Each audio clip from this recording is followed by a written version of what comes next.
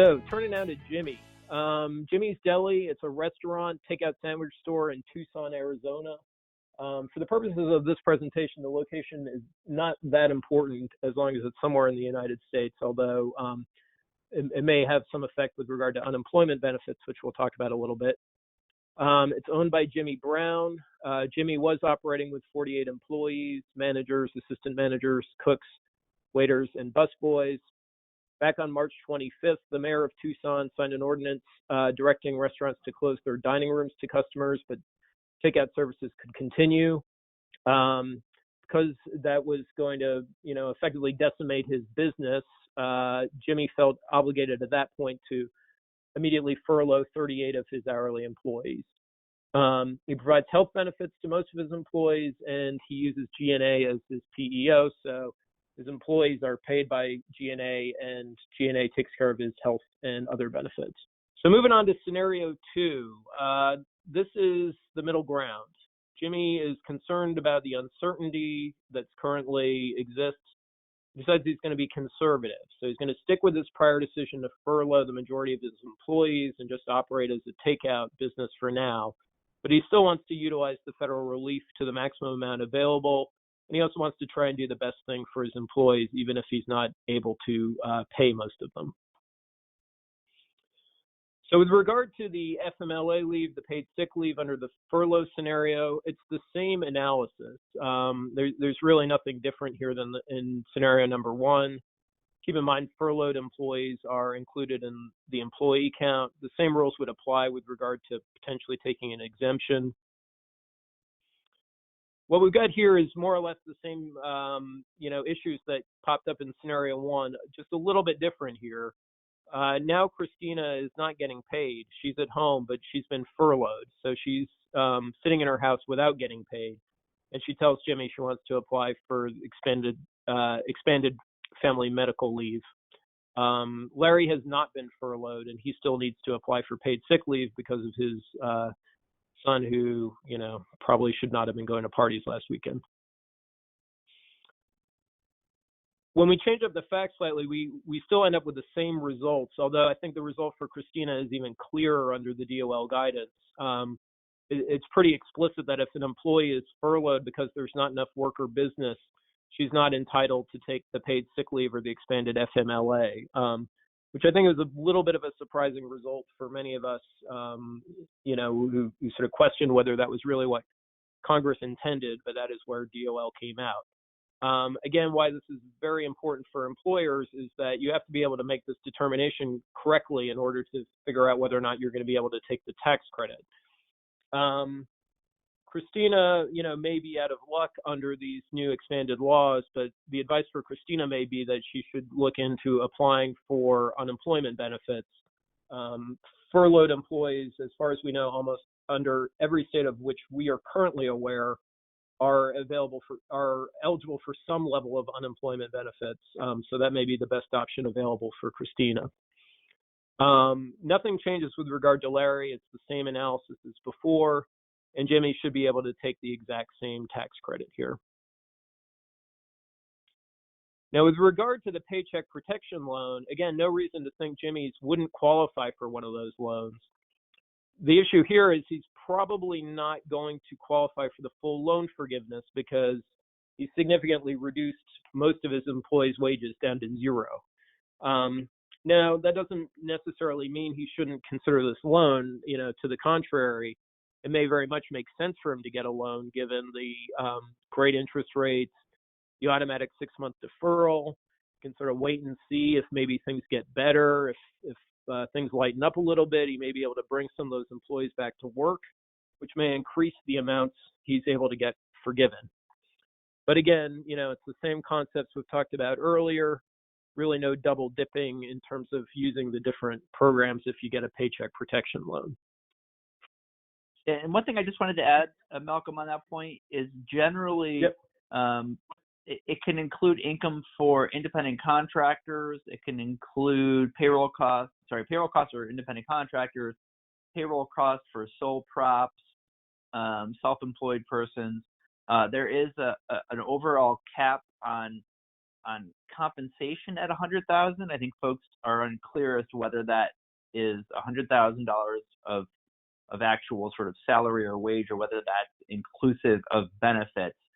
But there is generally a $100,000 limitation around the amount that can be taken into account for each employee when you go to calculate those loan amounts and what can be forgiven. Thanks, Seth. I'm trying to go backwards. Oh, wait, I'm sorry. I think I figured it out. There we go. Yeah, and to Seth's point, when he talks about that $100,000 limit, so again, as we said, the Paycheck protection loans, 2.5 times your monthly cost of payroll costs. When we look at payroll costs, what it appears the law provides, and again, there's some ambiguity there, is that when you're looking at the payroll costs, it's capped at $100,000 per employee. So that's something you definitely want to keep in mind. With regard to deferral of the payment of the Social Security taxes, again, this program is absolutely available to Jimmy. It's just he's going to be deferring less in the way of taxes because he's going to be paying less employees. And keep in mind, again, as we talked about earlier, if he uses this program, he then can't seek forgiveness of his Paycheck protection loan.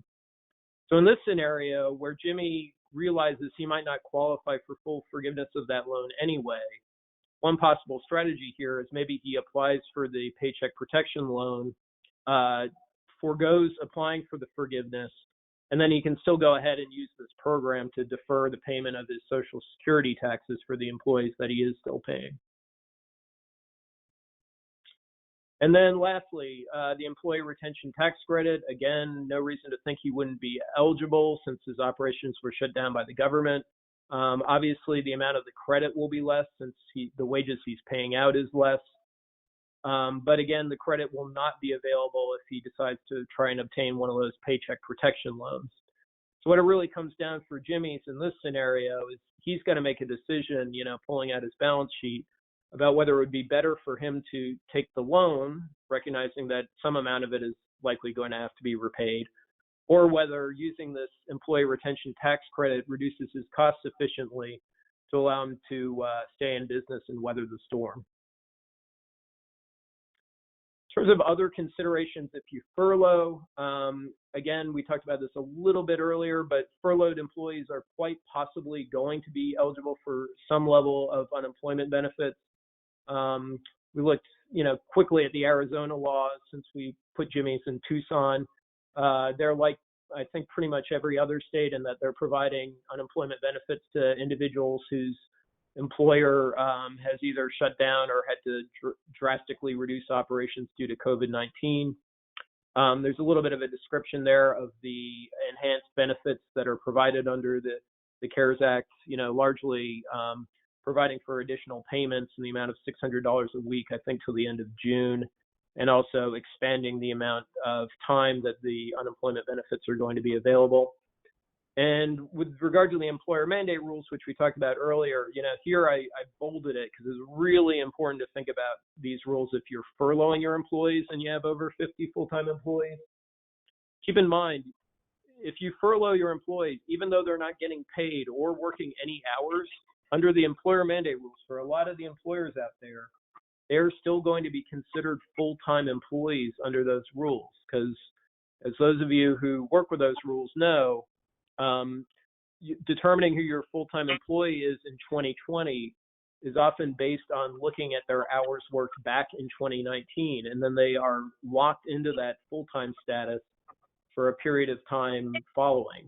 That's that's pretty much how most employers, figure out who is actually a full-time employer under these rules.